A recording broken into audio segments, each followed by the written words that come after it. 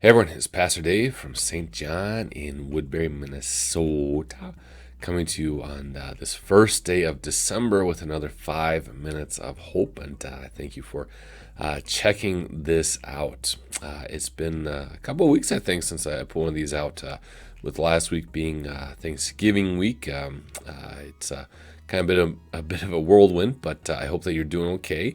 Now that we're in the final month of the year 2020, woohoo! So even if we know things won't change right away, I think there is a sense that, as we get into the new calendar year pretty soon, that there's a sense of hope, hopefully, that we're moving in the right direction. But again, whatever Thanksgiving was like for you last week, as we now officially enter into the holiday season, I pray that things are going well for you. But as I say each time, my biggest prayer for you is that you are indeed filled with peace, with joy, and with hope, because you know exactly what Jesus has done for you. So, as always, I have actually a couple of jokes. So, two very quick jokes for us today.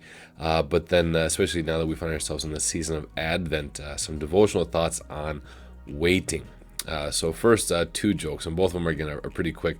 One, I couldn't stop laughing. I heard it yesterday, so I had to share it today. The other one I thought was pretty good too. So first, we'll go with the one that's probably a little less funny, but I think it's good. So, what is green and goes up and down? A pea on an elevator. Vegetable joke. Second vegetable joke. What did one snowman say to another snowman? Do you smell carrots? That was the one I heard yesterday. I couldn't stop laughing. Still can't stop laughing. So, a couple of vegetable jokes for you. Again, hopefully you enjoy them, or at least put a smile on your face today. So, like I said, today we're going to be talking about waiting. So, we are now officially in the season of Advent.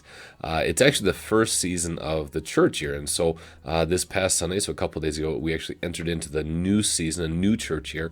And it always starts with Advent. And Advent really has a waiting concept to it. So when we talk about this season of Advent, it has really a dual focus to it. And so one, we're focusing on celebrating the first Advent, again, the first coming of Christ when he was born as a baby in Bethlehem. And a lot of times that's what people think about when they think about Advent. It's a time of waiting to celebrate Christmas, waiting to, again, celebrate the birth of the Christ child, waiting, if you're a kid or maybe an adult, waiting to be able to open presents, spend the holidays with family and friends, even if that may not happen this year, but again, it's still a time of waiting.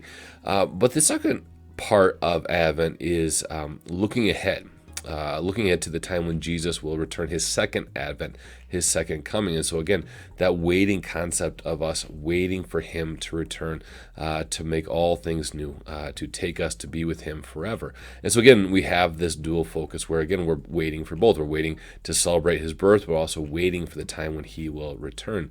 And I think that is really fitting for what we're going through right now. It's really a time of waiting. When I was thinking about this in the last few days, when you're looking at kind of the different phases, if you will, of this pandemic, the first part you're trying to figure out what's going on. Then we're shut down, and there's, fear and terror of, how do you contract the virus, and then dealing with the fallout, and then going through the summer, and things have kind of plateaued, but now things have spiked back up. But, right now we're also hearing news on a daily basis about potential vaccines, where it seems like, all right, we're moving in the right direction. But they keep on saying that even though sounds like in the next couple of weeks, that vaccines will start to be able to roll out.